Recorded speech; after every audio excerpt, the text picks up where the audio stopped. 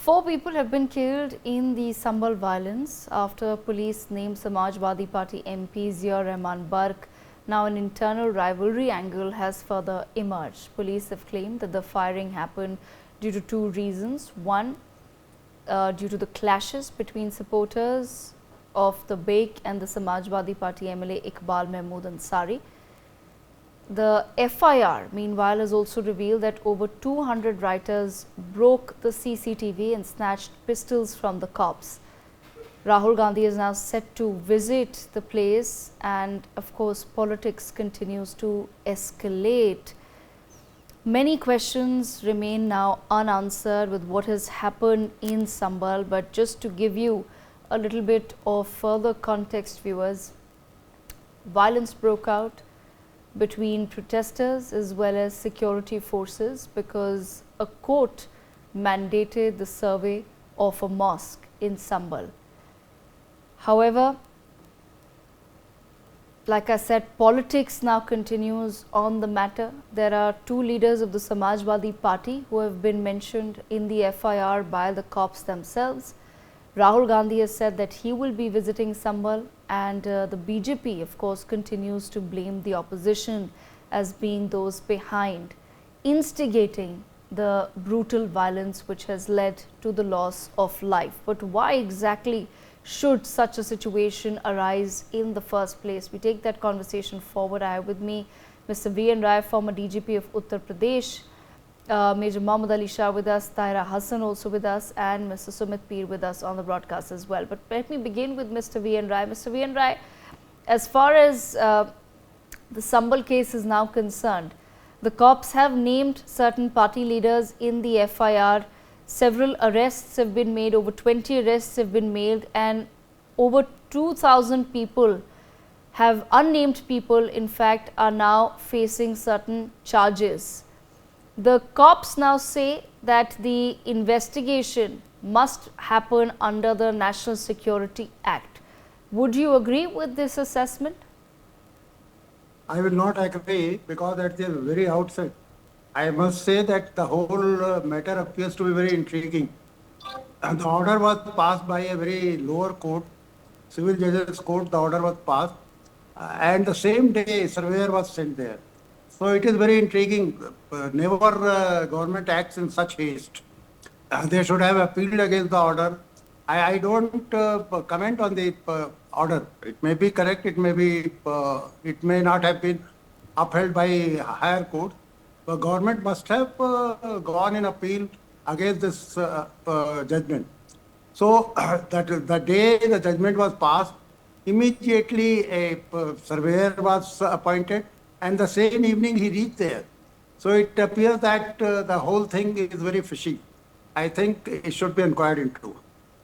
Okay, Sumit, bring you into the conversation. Sumit, at least 5 people have lost their lives. Over 20 cops have been injured in the violent clashes that took place.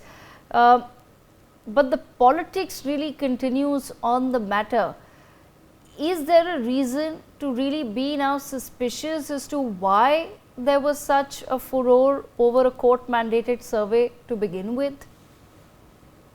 Devika ji, thank you for having me on your show. There are a couple of things which I need to put in perspective. First of all, the survey was ordered. There were around 5,000 policemen who had put in, rapid action force was called in. DM is there, SP is there, SDM is there, and SSP police is there. They were all there. Now suddenly after 2 hours of survey, a mob of 150 to 200 people come and they start pelting stones. The first thing they do is to dismantle all the CCTVs which were installed by police. Second, dismantle all the CCTVs which are from nearby houses and shops. Third thing, set ablaze to police vehicles, and even the police walas who were coming in their own vehicles, they were also identified and set ablaze. Then they fired on the police. Now today we know that the 5 people who unfortunately lost their life, if you look at the DM statement, all those people who have lost their lives have the bullet wounds of a 315 ka katta, 315 bore katta, what we call UP mein, the local made pistol. Police doesn't use 315 bore kattas. They don't use local pistols. Police was using pellet guns and possibly rubber bullets. So now there's also an angle that there is a rivalry between this Turk and Pathan rivalry between this Barq, who is the MP, and the Ansari, who is the MLA. Now, Barq is accused in the police FIR as the person who has orchestrated it, and MLA's son, what is his name, Ansari's son, is the person who has mobilized these crimes.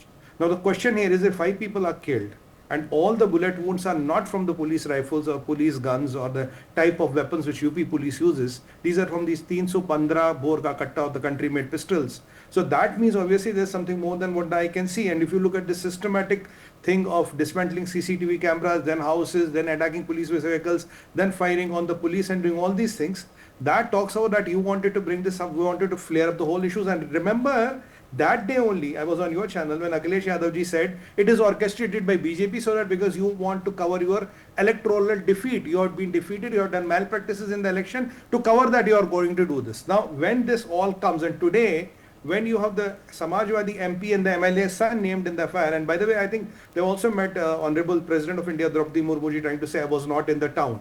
The MP says I was not in the town. By that logic, Dawood Ibrahim is not out in India for last 30 years. Has he done nothing here? ISI doesn't have office here. Does nothing is not done by ISI here. So being in the town or not being in the town does not matter. Were you involved in the crime or not?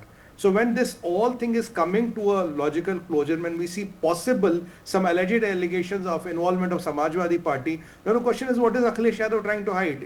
Does he know about this? Were his men involved? Does he orchestrate this, or what was exactly happening? Now when this is happening, now suddenly the people from opposition will start jumping it. They'll try to make it a big issue around it, but it was a law and order problem which was tackled. Now the challenge here is where they are caught, where Akhilesh is caught is one of his MP and one of his MLA, one is a Pathan and another is a Turk. They seem to have a lot of history of rivalry, and the kind of wounds which have come in are not from police weaponry used.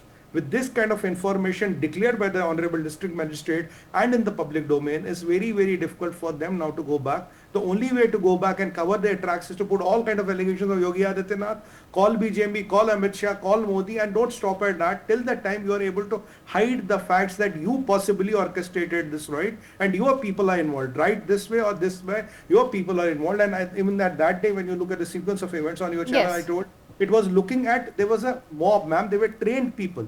They had masks, they had their head covered. I mean, those professional writers who were brought in and they did it. And if we will go by the testimony of the locals, local Muslims, they have said, we have not seen ye log, to they aaj tak dekha nahi ye log hai kaun. We don't know them. Okay. That is what the Muslim crowd has to say. Now, what do you say to this?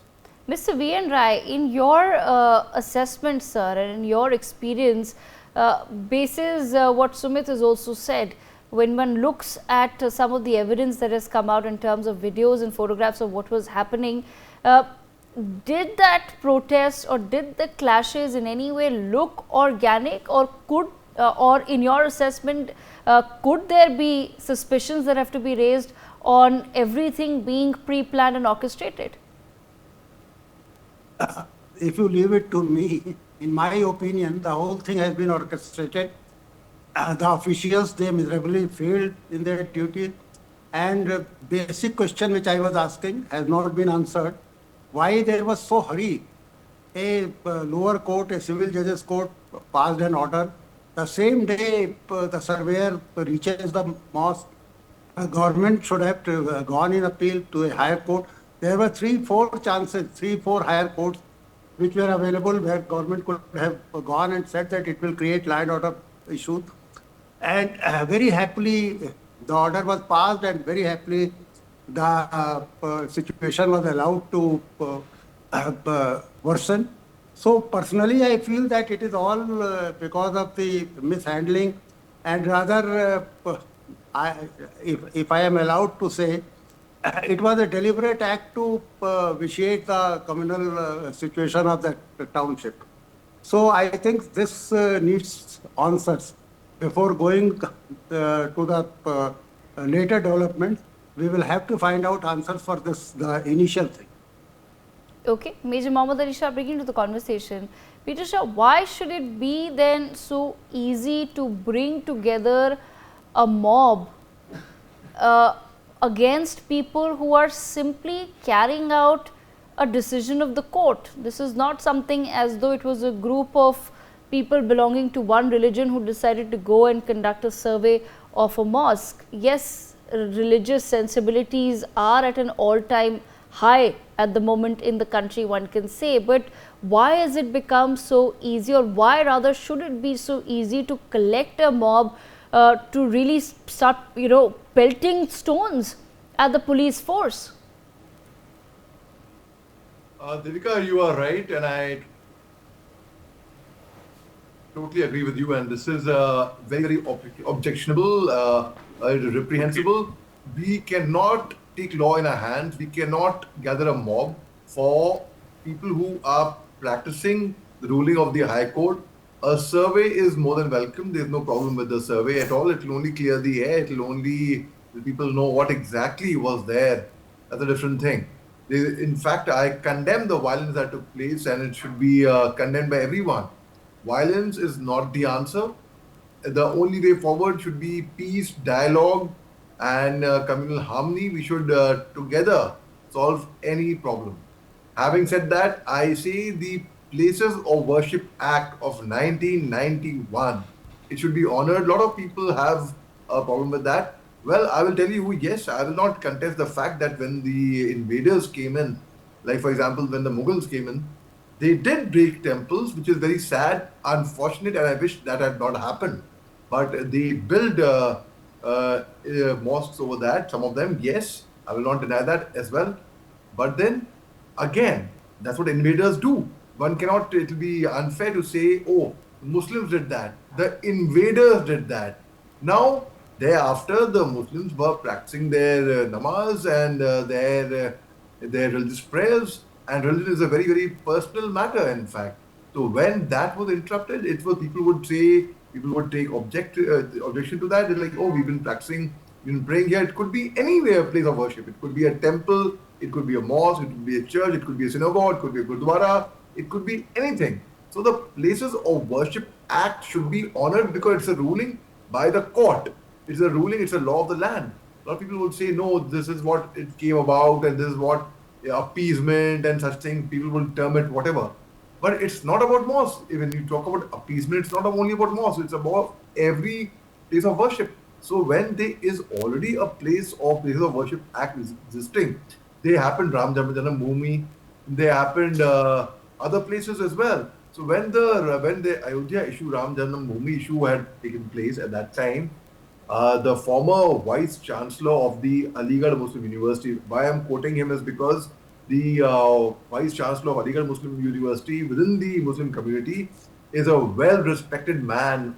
He heads the seat of Muslim education. The people listen to him. So he had said that the Muslims should show maturity and should just hand over the land to the Hindus. He had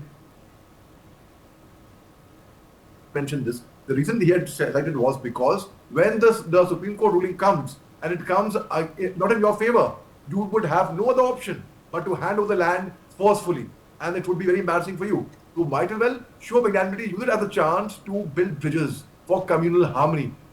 Not that he valued the land any less, but that was a waste. So now, in today's day and age, we are fighting over land, we are fighting over place of worship, we are fighting over. We should actually, whereas Hindus and Muslims today have to coexist together. As Sir Syed Ahmad Khan, I'll just quickly conclude by saying, as Sir Syed Ahmad Khan, the founder of Aligarh Muslim University, once said, Hindu और मुसलमान इस मुल्क के ये दो आंखें हैं जो बहुत जरूरी हैं.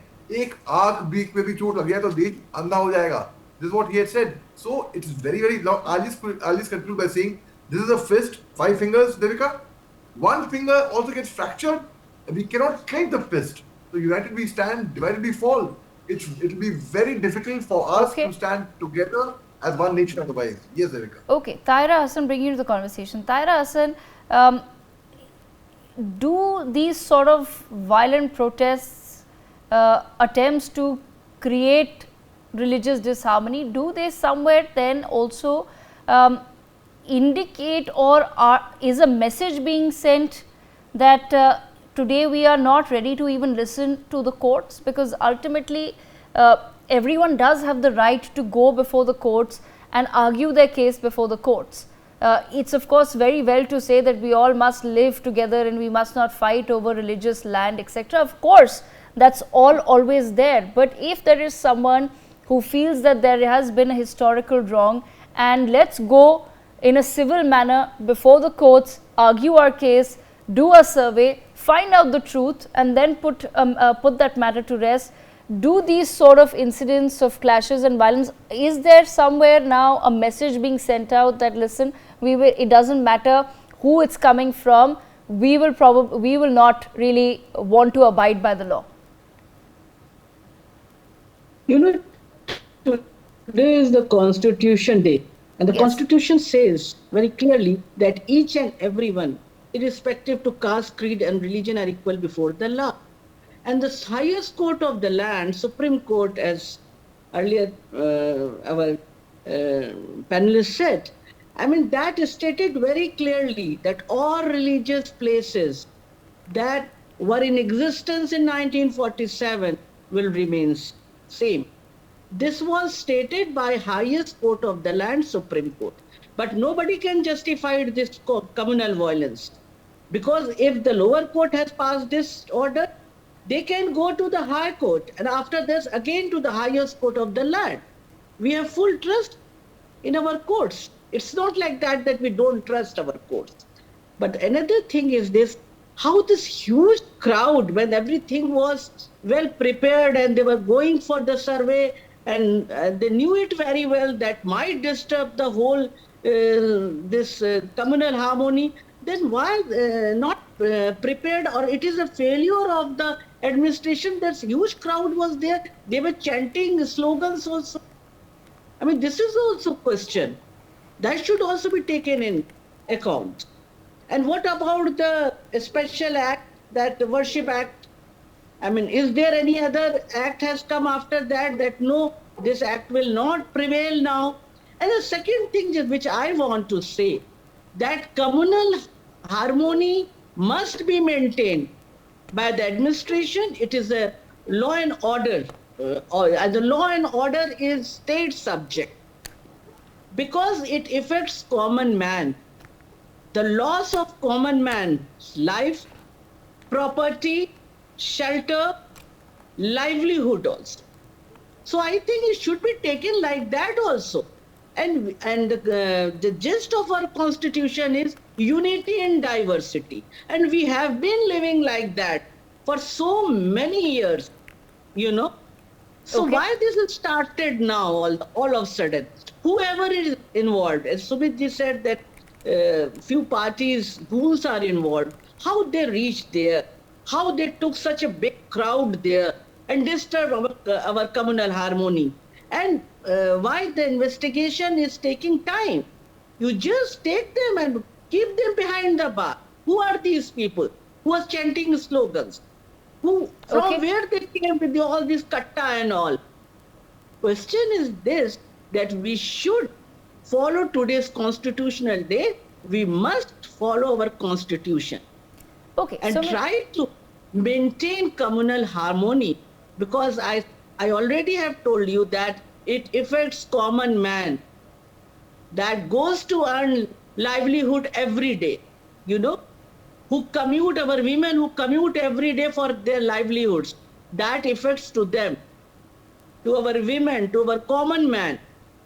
So it is a state subject, and they have to be controlled it properly. There I think the administration failed.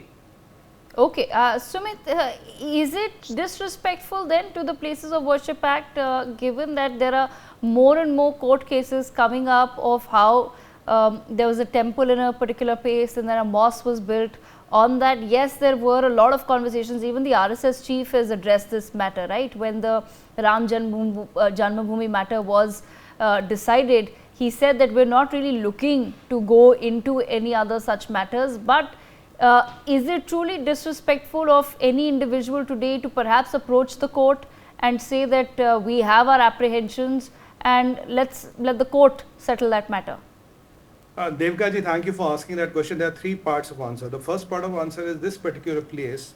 As per Hindu mythology, the Kalki avatar is supposed to be born there, and you know what Kalyug is about. Kalki avatar. So that's the last avatar of Bhagavan Vishnu. So this place becomes important. Point number one. Point number two, you asked about the Place of Worship Act. Ma'am, in Place of Worship Act 1991, there's a clear provision. I'm talking of the from a legal perspective now. If there is a place, let's say there's a temple and it's for last 1000 to 2000 years, it's a temple. It's a mosque for last 2000 years. It's a mosque. It will not be changed. It is covered under Place of Worship Act. But if there is a structure whose principally has been changed, let's say there was a temple, it is earlier a mosque, or it was a mosque, now it's a temple. If the structure of the place has fundamentally changed from the historical structure, that place is not covered by Place of Worship Act. I want to make it clear. That is why when in the case of Gyanwapi Masjid, when they went to the Sessions Court, they went to the High Court, and they even went to the Honorable Supreme Court, not to say you cannot survey the place because the Place of Worship Act covers it. What did the Honorable Supreme Court say? The Honorable Supreme Court said, no, this is the provision of the Act which does not cover this because of fundamentally the type of the place has been changed. If the type of the place has been changed, if the nature of the place has been forcefully changed, Place of Worship Act does not cover you. That is why Honorable Supreme Court ordered or allowed the survey of Gyanwapi structure. That is the point number one. So there is a judicial due prudence wherein such structures have been allowed. Now, if you come to the now fourth point is, now if you look at in this case, why are the judges in High Court, Supreme Court or the Sessions Courts allowing these surveys? Because there is a provision in the law which gives you that authority. That is why they say कि पहले survey करके लाओ.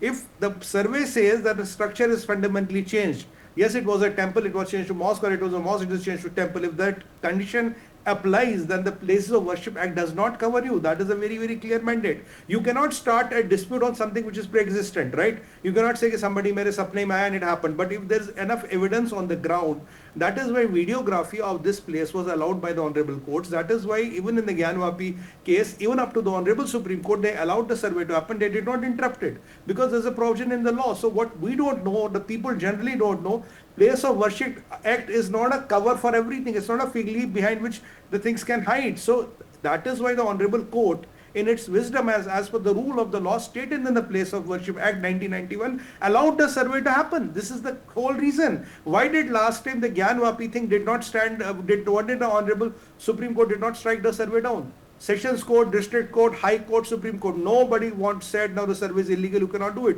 The Muslim Paksh or the Muslim side argued on the side of Place of Worship Act 1991 because in the due wisdom the Supreme Court said no, the survey has to be done. So even by the due precedence of the law, if the Honorable Supreme Court allows for a survey to be done, that already becomes a law. So today you cannot argue, we cannot go and do a survey because Place of Worship Act 1991 hai. If that already once the survey has been allowed, it will be allowed all the time because that is what the law of the India is. And even within the Act, Devkaji, I have pointed out where this fundamental condition is which people conveniently forget and do not want to talk about. Point number 3, last point, yes, violence is not accepted, violence should not have happened, but the people, look here, we are talking of two people who are constitutionally elected entities orchestrating the violence. One is this MP, Mr. Barq, and one is the MLA's son, Mr. Ansari. Both are from Samajwadi party and both of them, Devkaji, are named in the FIR which is confirmed by the Honorable District Magistrate, I think Sujata Singh ji, if my memory serves me right, that is her name. This is confirmed by her today. They have been already named in the FIR and his son is on the run. He is not to be seen anywhere. If his son has nothing to do, he should come and surrender himself to the police. And Barq is saying, "Main to bhai wahan tha hi nahi." And they even went to the president saying they are trying to entrap us. I was not in the district. So this is not logic. I am not in the district. I cannot cause trouble. I mean then by that way, Dawood Ibrahim never caused anything here, and ISI can never cause anything here. They don't have an office in Delhi and Bombay. Both of them. Okay, all right. Sumit, as we were speaking, first CCTV visuals of the summer riots are also out. Viewers, on your screens, on the left sides of your screens, you can see the first CCTV visuals of the riots now released, where you can see hundreds of people coming in.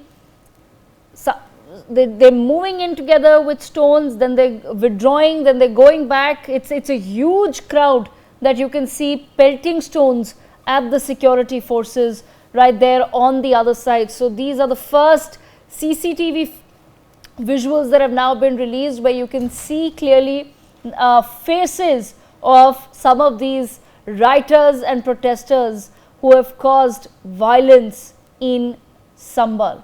So these are, of course, we will try to connect with one of my colleagues as well. But ultimately, I want to bring back Major Mohammad Ali Shah into the conversation. Major Shah, what is it that the administration should then do to maintain religious harmony? We keep talking about it, but is it really the responsibility of the administration only to maintain religious harmony? What could they have done differently if there was a court ordered survey to be carried out? Devika, most certainly the administration, yes, but it's also the responsibility of the individuals, of the people. In fact, they should maintain restraint, calm, and they should actually come together to actually live together.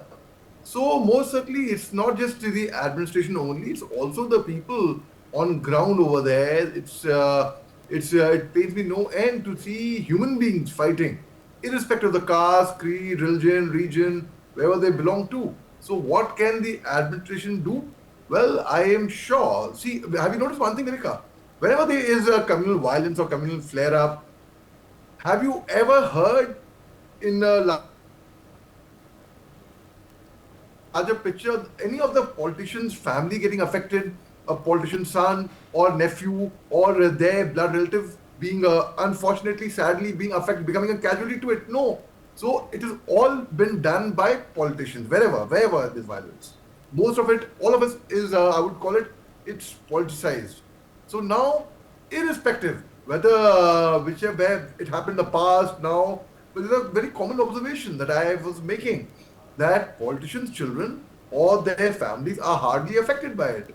So most certainly the community leaders of both the sides should come together, sit down, talk, and I'm sure it can be settled amicably. There's no problem in the world that cannot be solved through dialogue. Violence definitely is not the... Yes, Devika. We'll have to step into a very quick break.